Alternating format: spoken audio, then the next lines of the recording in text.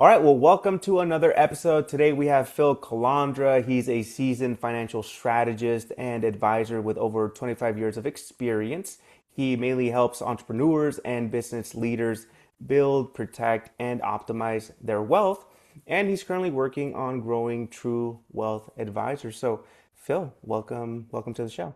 Hey man, good to be with you. Thank you for having me today. Of course, no. Well, I know with everything you've been through and all that you've grown through, one of the biggest things that we would love to learn is when it comes to facing adversity that usually hits us out of left field, right? Just like blindsides us. What's your go-to strategy to just kind of push through or figure it out? What are some of the things or techniques that really help you move forward? Y- Yeah, I mean, that's a great lead-in question. I think so much of what we hear about is mindset, right? And mindset is one of those key, if not the key pillar in all areas of success. Mm, Whether you're a professional baseball player, whether you're an entrepreneur, whether you're a CEO of a Fortune 100 company, those that are successful learn quickly how to put themselves in the proper mindset and the proper frame of reference. And that is very, very hard because it's not something that's innately, we're not born with it. In many ways, we're not taught it. yeah. In many ways, we're taught the opposite of that. You know a little bit about my backstory. I didn't come from money. I was raised by a single mom. She made $16,000 a year. My father was incarcerated twice. I didn't learn those lessons from within the home. Yeah. So if you don't learn them within the home, where do you learn them? And in many Mm, cases, it's the school of hard knocks. It's taking the punches, but I think it starts with mindset. Those that can figure out how to navigate and not listen to the noise, right? It's one thing to tune into the news or to get your information from schooling or traditional sources. It's another thing to sit in your seat, seatbelt fastened, don't look left, don't look right, and just get successful people get in that tunnel, right? They get the mm, tunnel vision and they say, no matter what, I'm going to figure this out and I'm not going to stop until I get mm, whatever it is I want. I'm going to get knocked down twice and I'm going to get up three times. That's mm. not something we're born with, but it's something that when you learn to adapt to, that's, I think, one of the factors that determines success. I love that, man. And so, for example, you don't have to get too much into the details, but we were talking. You and your family went into this situation that could have been very traumatic for most individuals. So, what? And I'm getting chills thinking about it. What was your self-talk, or what was going through your mind during this very recent event? And like, what were you telling yourself and the people around you, your loved ones? Yeah, no, we could talk about it now. We were in Puerto Vallarta, Mexico, last month when Mm, everything was kind of in civil discord and yeah. unrest. The Mm, cartel lost their kingpin and then yeah. they erupted on the government. We were in a hotel resort, Oh my goodness. beautiful, all inclusive, and then immediately we go into lockdown.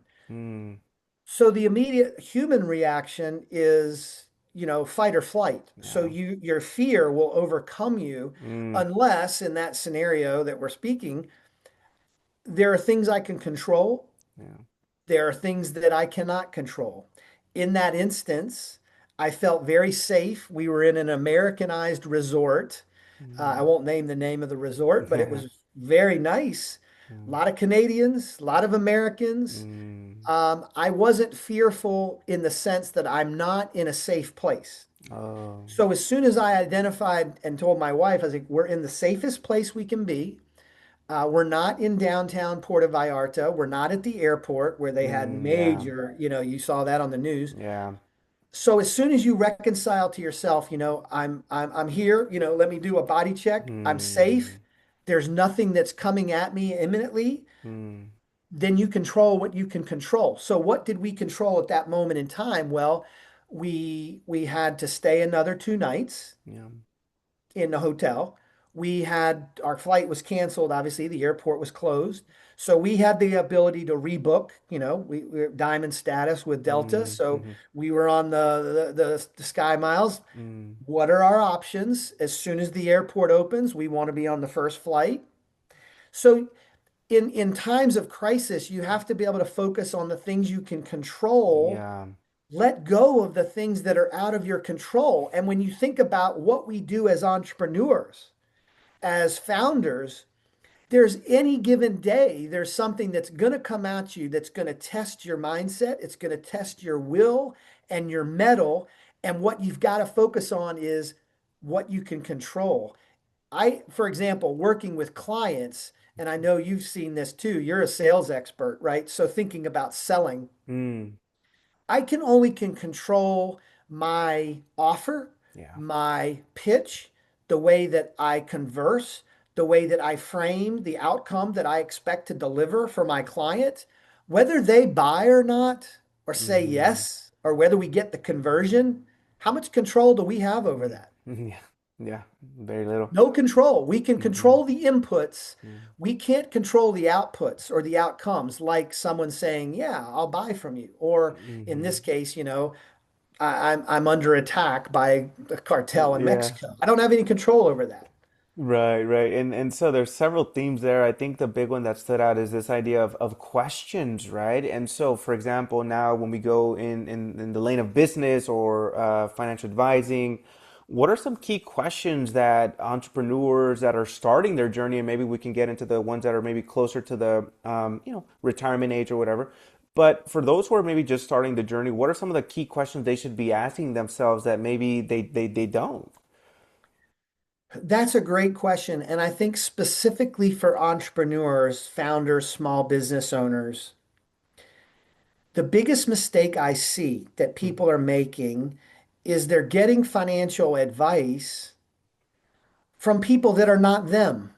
Mm, They're getting traditional retirement financial planning advice from the guy at the bank or the big Wall Street firm, and they ain't them.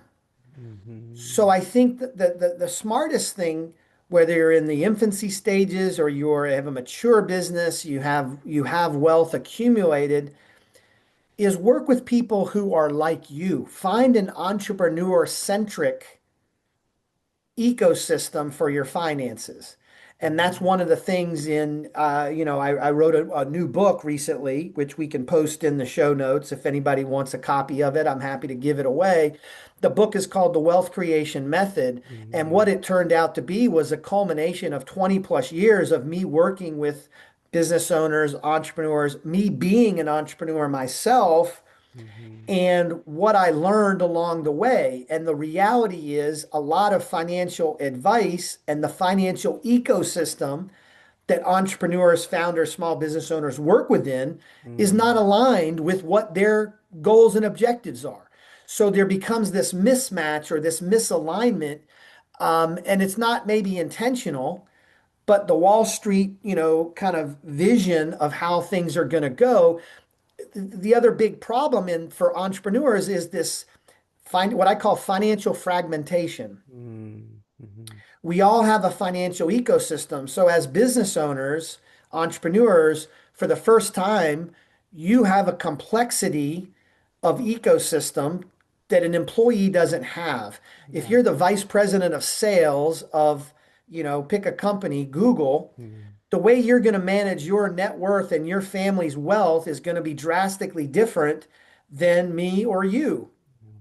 And what I mean is, for an entrepreneur, you all of a sudden have this financial ecosystem spinning around you. You have a bookkeeper, you have a CPA, you maybe have a fractional CFO, you have a business mm, coach, you have a financial advisor, and they all mean well, but they're mm, all trying to sell what they have to sell because they have their own mortgage to pay.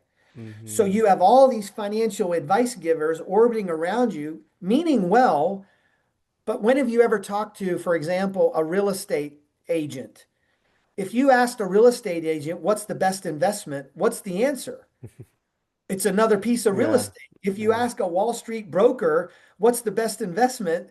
They're going to mm, say, the Vanguard 500. mm, So what I believe is the fragmentation needs to be removed. You need to work with somebody that's going to coordinate and make all of those componentries fit together. Because I mm, ask people, when was the last time your accountant, CPA talked to your financial advisor? Yeah. Or when did the financial advisor get involved with the fractional CFO or the business coach? And when you Mm-hmm. think about it, it's like, yeah, this is kind of a no-brainer. Yeah. It would be like the head coach of the football team Yeah. not ever having a meeting with the OC or the DC, Yes, yes, yes. right? And yeah. Or, an air traffic controller that's looking at all the planes in the sky, but they're only focused on one plane. Well, Mm, that's a recipe for disaster. And that's what I see, unfortunately, with a lot of entrepreneurs. They don't have entrepreneur-centric plans and mm, they don't have a financial ecosystem that's truly coordinated because all of those different kind of think of it like slices of yeah. pizza. Well, if you walk Mm-hmm. into the pizza restaurant, you could buy a slice of cheese, but what if I'm taking my whole family, right? And I want the whole Yeah, pie. that's the I want thing. the whole cheese pizza, or I want half of a Yeah, cheese and half of it right. pepperoni. But the only thing they That's offered the was thing. by the slice.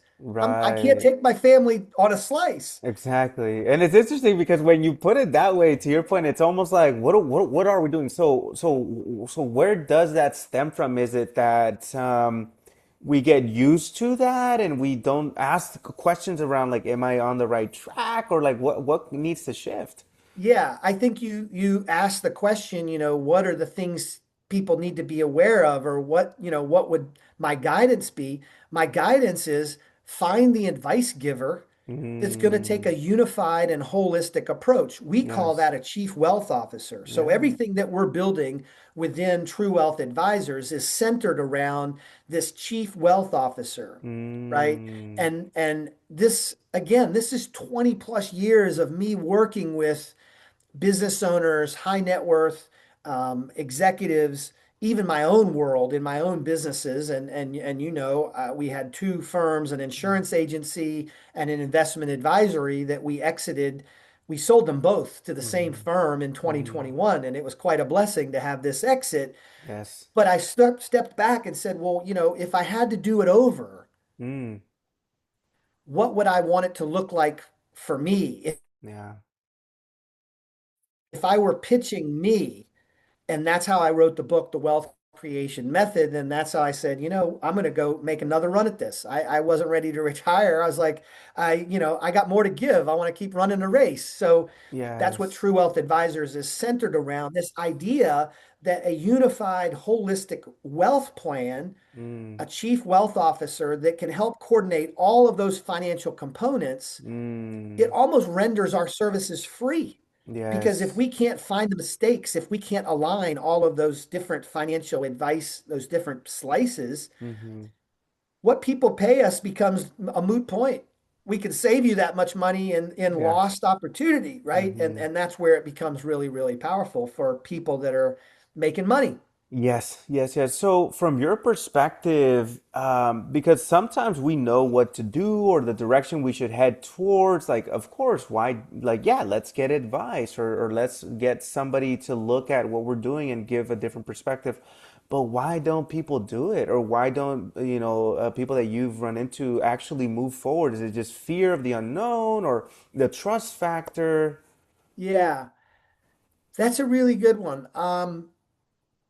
I would say it this way. If you don't know what you don't know, and if you're not up on something, you're down on it. Mm, I'll give you an analogy.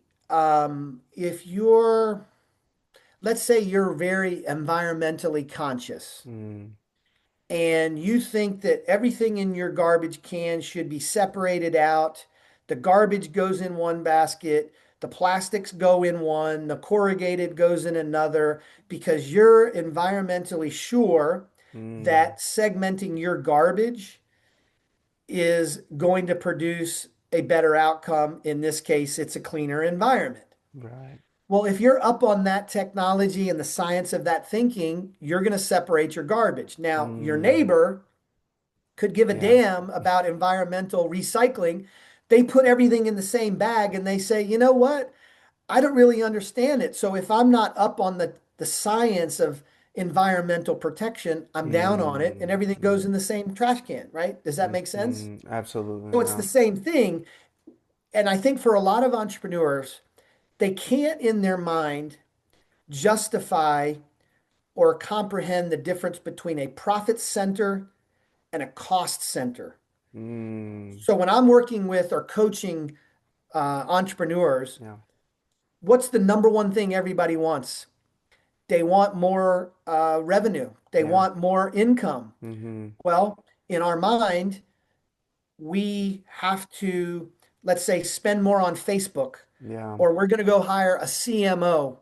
We're going to hire an agency. We're going to ramp up our Instagram. We're going to just do content, content, content, Mm, pay somebody, YouTube channel, whatever it yeah. is. So there's the difference between a profit center and a cost center. So the profit center in our mind is, well, if I have a dollar that I can spend in on my business, I'm Mm-hmm. better off putting that dollar into more Facebook ads. Mm, As a financial guru or advice giver, I would say, wait a minute, don't spend another dollar on marketing.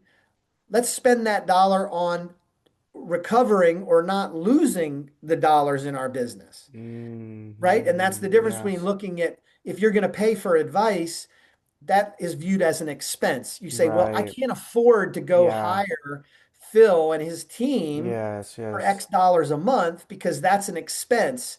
But I'm going to spend 4, 5, 10 grand a month on the marketing agency because in my mind, I think that's going to generate more revenue. And in a Mm, lot of cases, it does. In most cases, it doesn't, right? yeah.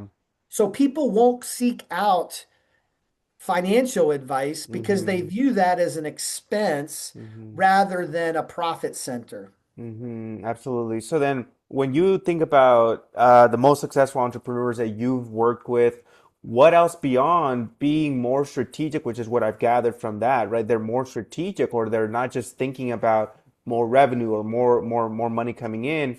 It's a different lens, a different perspective. So, what are some other traits that entrepreneurs can build on because you've seen that the most successful have those traits already? Yeah, I think it's plugging the holes in the bucket. Mm, So if you can avoid the big mistakes, if you can walk side by side with somebody that's been there, done that, mm, and can point out the holes, in the road or the potholes that you can miss, yeah. I think that's number one. Number two is um, most business owners, most entrepreneurs seem to gather their identity from what they do. And Mm-hmm. there's nothing wrong with that. Mm-hmm. What's wrong is then you build all of your wealth and you tie it up into one asset. It'd be like having all of your money in Bitcoin and owning nothing but Bitcoin. Right. I'm not down for that. I know that the principle of diversification basically Yeah. says don't put all your eggs in one basket. But I see a lot of entrepreneurs, they finally get some scale. Maybe it's a 500,000, a million, 2 million, Mm, and they don't realize that they're putting too much risk or too many eggs in one basket. And part of what the wealth creation method teaches is how do you strategically, surgically extract no. money from your business to go build the wealth. If you Mm-hmm. never extract dollars, and people say this to me all the time, they said, well, my best investment is my business. I'm just going to plow everything back in the business. Okay, that's good if you're still in the survival mode of your business. That's a kiss of death. Mm, That will not build generational wealth if everything you're doing is back in your business. You've got to have a formula and a process to extract money out of the business and mm-hmm. then redeploy that into wealth building assets that you personally control, can use, and that are liquid. Your business is not always liquid. You don't always Right. have control over the market environment. So Mm-hmm. I'd say that's probably a big, big mistake. People think, I'm making great money. And then, I call that the treadmill entrepreneur. The treadmill entrepreneur is the guy or gal that figures out if I just push this speed up or in escalation, I can make the treadmill go much, much faster. But do I really want to be on the treadmill of Yeah. life? There we go. I That's want to right. be off the treadmill. And that's what I call work optional. I want to build wealth for the client Right. so that they're completely free on their terms. And what I Yeah. see is a lot of business owners, they build and build and grow, and then they're slave. They just have a high paying job.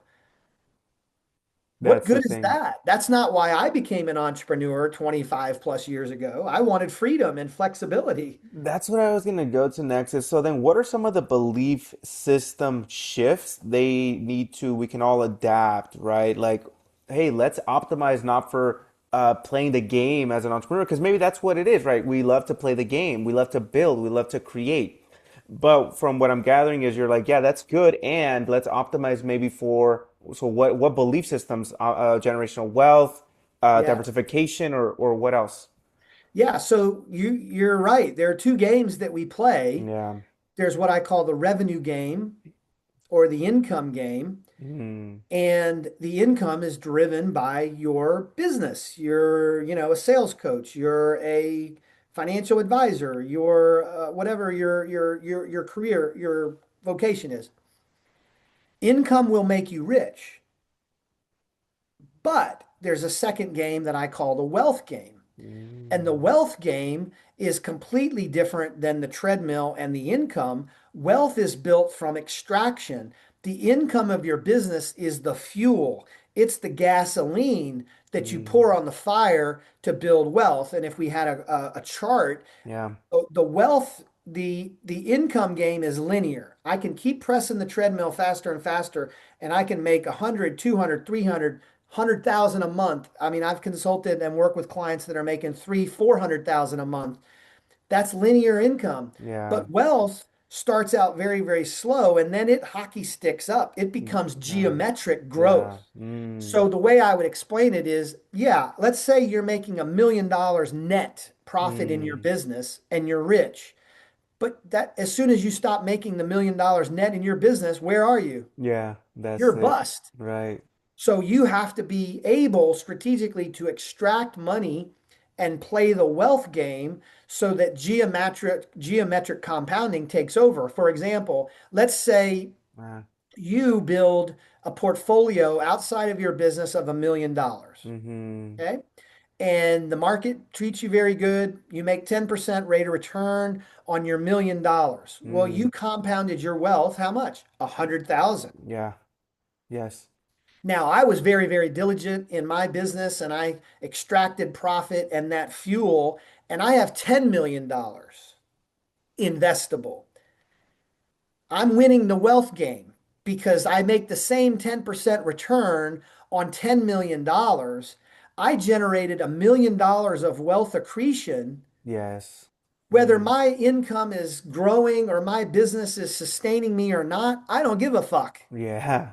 I Yeah. got $1 million just off of my wealth game, and you're Yes. you're getting rich with income. Income will Mm, not make you wealthy. Wealth is earned mm, over mm. time.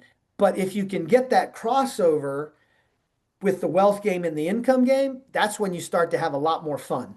I Because the see. business, and the way I would frame that is when I started this new business, I didn't really need to work. My wife or I are very blessed. We're in a financial situation that's, you know, very, very blessed. And the question I asked myself was, what would I do if I knew I couldn't fail? Mm, So take all the bullshit out of it and say, what would I do with my business? What would I do in my life? What would I do as a father, as a man of God? What would I do if I knew I couldn't fail? And when I mm, started thinking about my new business and the new opportunities ahead of me, because guess what? I can't fail. I have a wealth engine. I created a personal wealth engine and I played the wealth game very, very well. And you and I have friends and colleagues that have played the wealth game very, very well. They're in a different yeah. situation. They're not a treadmill entrepreneur, they're a work optional entrepreneur. So when you Mm, have that mindset shift, what would you do if you knew you couldn't fail? Well, I'm going to go build, I'm going to create, I'm going to dig in. I'm having more fun now than I've ever yeah. had in my life because I know I won't Mm, fail. And if I do, I'll get back up but I have the wealth game won. Yes, And that's yes, a yes. unique spot for a lot of people to get to. Absolutely. So it seems like there's an arc there, right? So there's an evolution from a nine to fiver, a worker, to a builder, an entrepreneur. But what we're gathering is like, let's go to this next level of an investor, right? Or what would you call that maybe evolution in mindset? Not just let's produce income for the sake of the game, but hey, let's build these wealth engines or systems. What would you call it? Is it an identity shift to an investor?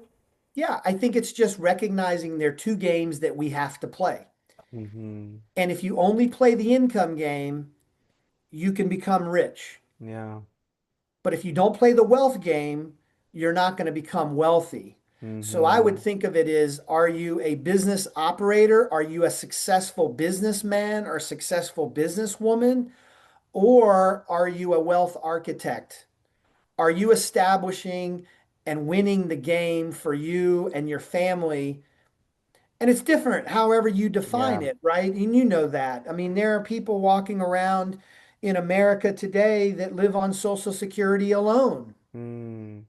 Or there are people you know, friends or colleagues, family, if they made $10,000 a month, that would be more than enough income and more than enough wealth accretion. Mm. So everybody's different. Everybody's Yeah. number's different.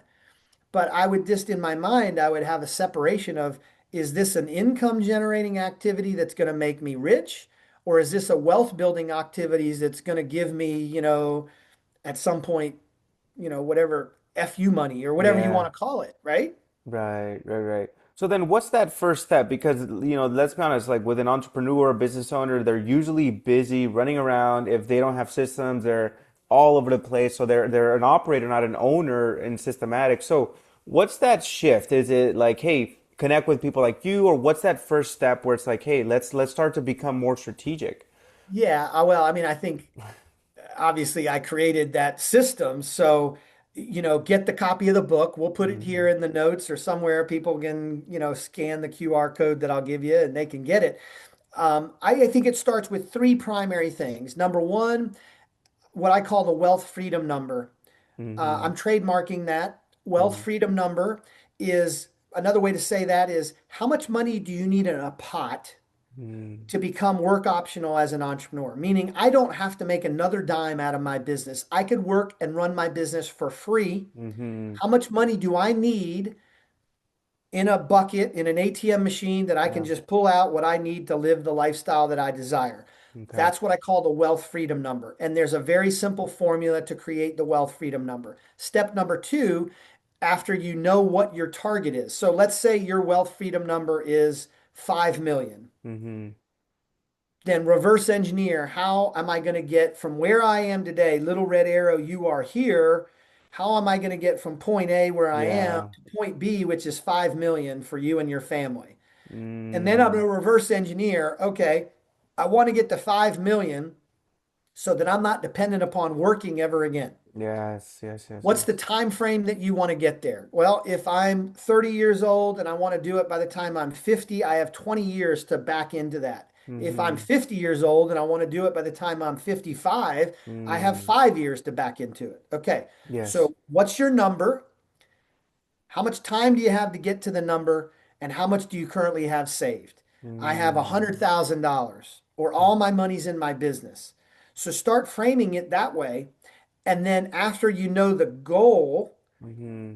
the way I would say it is goals are things you can see. Targets are things you can hit. Milestones are things that you can measure. So Mm-hmm. see, hit, measure. So Mm. your goal is number one, I Mm-hmm. need 5 million. My target then is how am I going to build that quarter by quarter or year by year in my timeline? And then the Mm-hmm. milestones are how much do I need to be putting away?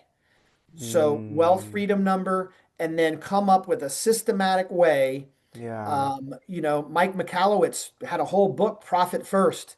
If you're Mm. not familiar with Profit First, his whole strategy for small business was to, pay yourself first, create multiple buckets or multiple different accounts, one for tax, one for profit, one for owner's distributions, one for Mm. operating expenses. That's a model that I love, I follow, and I teach that. But Mm-hmm. that gives you the ability to say, okay, if I make $10 this week, Mm-hmm. $1 of that is going to be extracted from my business and it's going to go into the wealth game. It's going to go into wealth accumulation outside of my business. That begins to structure that flywheel so that things start to Mm-hmm. spin Yeah. and compounding takes its place. So it's a lot more nuanced and detailed, but in the book I talk about that, and the second book I'm working on now is called Work Optional Entrepreneur. Mm-hmm. Because I don't Yes. think most of the clients that I have, and myself included, retirement really is not the goal. Yeah. Yeah. Retirement for our generation and for most entrepreneurs, Yeah. when I had the exits, I was like, well, is that all there is? I was like, I got to do something, right? I got to be around men and women and people that are going to continue to grow and build. Yes. I couldn't just play golf every day. I suck Yeah. at golf and I hate fishing. So, Yes. like, what am Yes. I going to do? I think for a lot Right. of entrepreneurs, this idea of traditional retirement just doesn't Yeah. make sense because if you're motivated by creating and Yeah. digging in and you like to some degree you like the grind and the hustle, Yeah. if that's the way you're wired, which I am and I know Yeah. you are too, Yeah. when you take that away from somebody because you retire, Mm. that's not a fulfilling life to me. So then I just came back to that and said, well, what would it look like? Well, work optional, right? I went skiing for 3 weeks this winter. I went to Me and came back for 2 days, and then we went to Mexico. We didn't know we were going to get stuck there, but we're going to California for 2 weeks. I'm Okay. going on an African safari for a month in November. Wow. Work optional. Yeah. So if that's Mm. important to you, then figure out how you're going to structure your financial plans. We call it a unified wealth plan. That's what you got to Mm. structure.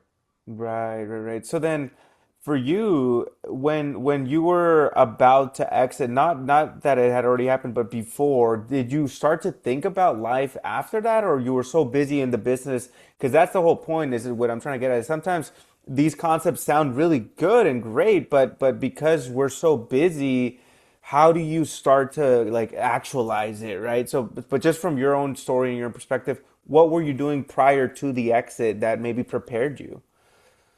I thought that I would get to the other side of the exit and the non-compete and the payout because I've collected all of my money now. Yeah. I thought that I could call it a day and maybe volunteer and just be retired. No. I couldn't do Yeah. it. Yeah. I couldn't do Okay. it. I wasn't happy.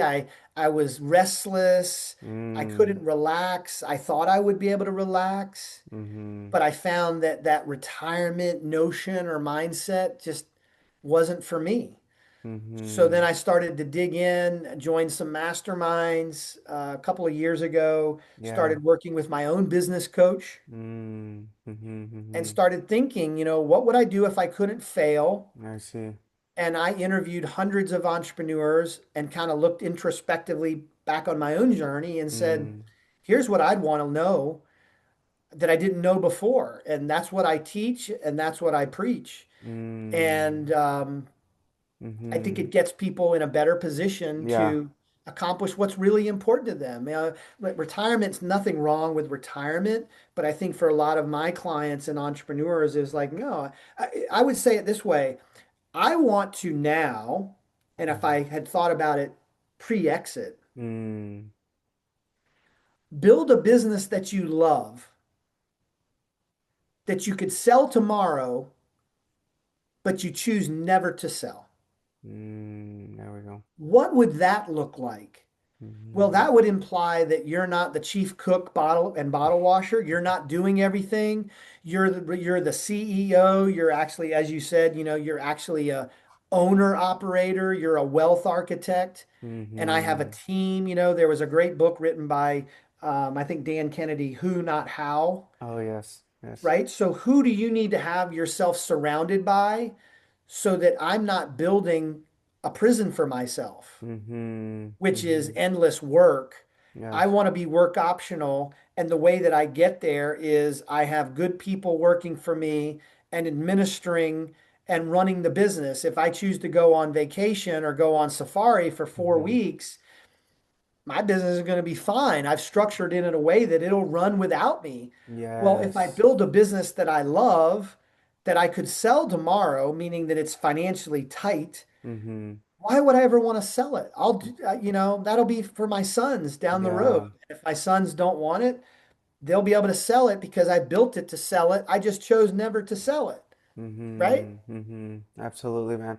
Well, as we start to wrap up, maybe what are some of the things that you know now that before you didn't believe in? I know sometimes as we mature in all the sense of the word, we start to realize certain things that before we didn't realize or we didn't believe in. But for you, as you've grown in your journey, what are some new things that you live by now that maybe you didn't live by before?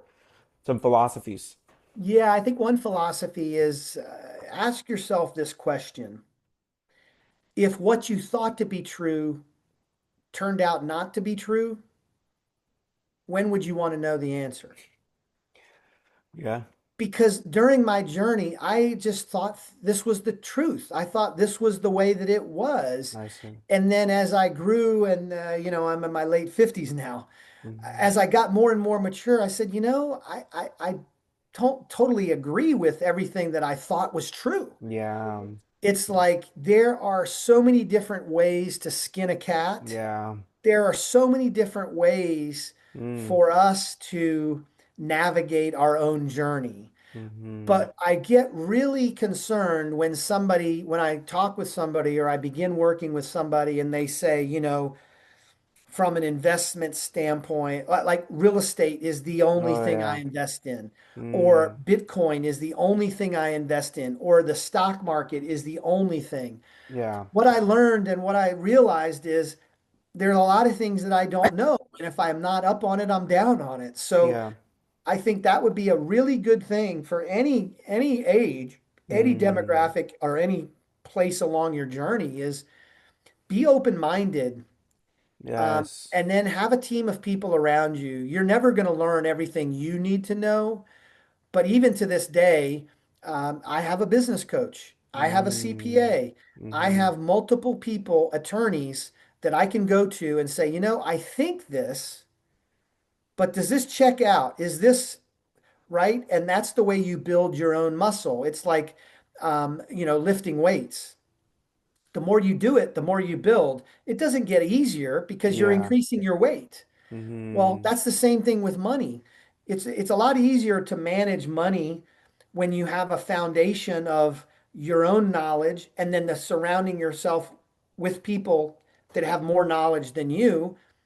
But does it ever stop? If you have $100,000 to invest or 100 million, the way that I talk to clients that are multi millionaires is no different than the gal that has a couple 100,000. Yes. Yes, The same yes. strategies and approach, it's just at a different level. The So quantities and percentages. Yeah. Well, even on that note, one of the newest things really is this idea of AI, right? So let's say someone were to listen to this, say, "Yeah, sounds great, but I think I'll just like plug my stuff into AI and run with that." Like, what are some things people should consider? What are some of the things that they should be aware of? I would say good luck. AI is wonderful. I use it every single day. My Yeah. son is a wealth analyst on our team, and he knows more than I do about AI, but he'll Mm. come to me every day. He'll say, this just doesn't seem right. I'm like, nope, that's a hallucination. That's a hallucination. That's wrong. Oh wow. I was working with a bookkeeper just last week. In QuickBooks, there's a tool now that AI can reconcile transactions as soon as they hit your Mm. QuickBooks. Mm-hmm. And one of my clients, bookkeepers, was doing this, and I said, no, no, no. I said, let's pressure check this. Okay. So they had a debit transaction in their QuickBooks. Mm-hmm. The AI assigned it to a particular category, chart of accounts. And when we opened up the hood, we looked under the hood, it was categorized as a rent expense, and it was actually a something totally unrelated. So Mm. even though AI was reconciling the transaction, the Okay. human brain had to still get involved and Yes. make sure that it was trending properly. So, Yeah. long answer, I love AI. I'm using it every single day. Good luck. If you're going to rely Mm. on, there's still a human ingenuity, there's still a human Mm-hmm. intuitiveness There we go. that I think you're going to need, especially when it comes to money, because there's Mm-hmm. an emotional componentry to money. AI is not emotional, Yeah. but if you're making all your financial decisions and you plug into Chat GPT this afternoon, is now a good time to buy Bitcoin? It's probably going to say no because it's down 50%. But a human building a unified wealth plan or structuring your financial future, I would tend to rely on that more than I would Yeah. just throwing it out there to Gemini, Chat, or Claude. I know, and I think it also touches on a big piece to human nature is this idea of shortcuts, right? Maybe we feel it's a quick and easy, but maybe that's not the best thing to do, quick and easy. It's more like, hey, let's actually look at what's underneath, right? What's actually going on, and maybe another big thing which I didn't hear you mention, but I think it's integrated into your teachings is this idea of like value based or like really determining what you're about, like who you are as a person, what do you value, and then generating some sort of like strategy behind that. Is it, would you agree that's part of what you do as well? Oh, yeah. I mean, money is just a tool. Mm-hmm. Money is not the end game. Having millions of dollars in your bank account is not the goal. Mm-hmm. Money's just the tool. And there are, from an origin story perspective, the reason Trish and I, my wife, the reason we call our business True Wealth is true Mm-hmm. wealth is made up of multiple componentry parts. Mm. Money and finances is a cornerstone to true wealth. There we go. But there are other elements that are equally or more important to true wealth, and that would be your meaning, your purpose in life. Mm-hmm. Being a daddy. My sons are Mm-hmm. grown now, but when the twins were younger, my role was I want to be a father. I didn't Mm-hmm. have a good father. I had a bad father. Mm-hmm. So my family, my relationships, the meaning, the Yeah. purpose, my health, well-being. I've met with multi millionaires that spent their whole life building wealth only to destroy their health, and they were laying on their deathbed with millions of dollars in an account. Oh my goodness. And what good did that do them? They destroyed their health. They maybe had Yes. broken Mm. marriages. Their kids hated them. They left no legacy outside of a number on an account. Mm. No, no good. No bueno. Wow. That's not what Wow. I'm about. I don't think Yeah. that's what you're about either, because I know you and I know Yeah. your family. I know. Yeah. And it's interesting, right? Because again, and maybe we end on this note where entrepreneurs and builders, we love to create, but then it's like, what is it all for? So what's your parting thought? Let's say this was the last message that you would broadcast to the entire world. What is that core central message of yourself and maybe what you're about? Ask yourself this question, and that begins to solve the mystery. What's important about money to you? It's not a number. What's important about money to me now that I've achieved the success that I achieved Yeah. is that the people around me, the people that I love, the next generation, one of my sons I mentioned works with me. My Yes. other son is a high school physics teacher and football coach. I'm going to leave Mm. here and go watch. He's a girls soccer coach. I'm going to leave here and go watch him coach girls soccer. And that's Ah. exactly what this kid should be doing. He was born to be a teacher. He was made to be a Mm. coach. Mm. Mm-hmm. So, what's important about money to me is when Mm. I leave this world, the people that I love and have to leave behind Mm. won't ever have to worry about money. Yeah. I've got the ability to solve that for them. Yeah. I solved it for myself, I'll solve it for them. But that's what's important about money to me. What's important Mm. about money to our listener is something totally different. You've Yeah. got to discover what that is and then ask yourself what you would do then if you couldn't fail. Because as you mentioned, as entrepreneurs, we're different kind of people. Yeah. You did not sign on to take a paycheck and have an annual review with a manager or a boss you don't even like. Right. You hope that you get a raise and you hope you get another day of PTO. Right. You didn't sign on for that journey. You're Right. wired different, you and I. Yes. So Yes. if you're Yes. wired differently, then you've got to think differently and ask Mm, yourself what's important about money. And it's different for every person. Don't fall victim then, which we said in the beginning. Don't take your financial advice from somebody that's not like you. right. Right. Right. Wonderful. Wonderful. Well, legendary interview here. Everybody go ahead and follow Phil and download some of the books. But thank you so much, Phil, and we'll see everybody soon. Take care. Thank you, buddy. All right.